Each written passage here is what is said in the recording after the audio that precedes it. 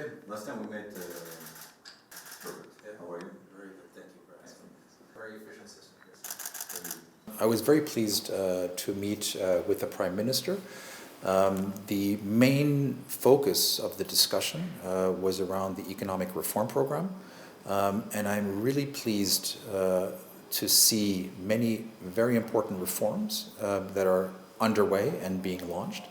The first such reform is around the human capital agenda, where the World Bank, jointly with the government, is preparing a major, and what I would refer to as a transformational reform program to improve health outcomes, in particular addressing the high out-of-pocket costs that many Georgians face today, improving educational outcomes, making sure that the PISA rankings improve and that we can improve upon the quality of education from early childhood all the way through to university.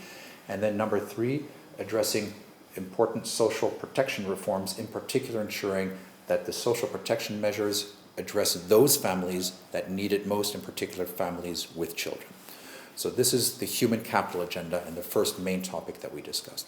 The second topic that we discussed was around the ongoing COVID response, making sure that some of the very positive measures that the government has undertaken as of late, green passes, financial incentives for the elderly, are continued and strengthened with a very robust communications campaign to ensure that all Georgians are vaccinated. And number three, we discussed the overall economic and structural reform agenda. What are the reforms to increase the productivity of the Georgian economy so that it can create more jobs for the people of Georgia? What are some of the reforms that are needed to ensure that growth is sustainable? And I'm thinking in particular about the climate agenda. And then finally, what is needed to ensure for a strong, competitive, and a digital economy for Georgia?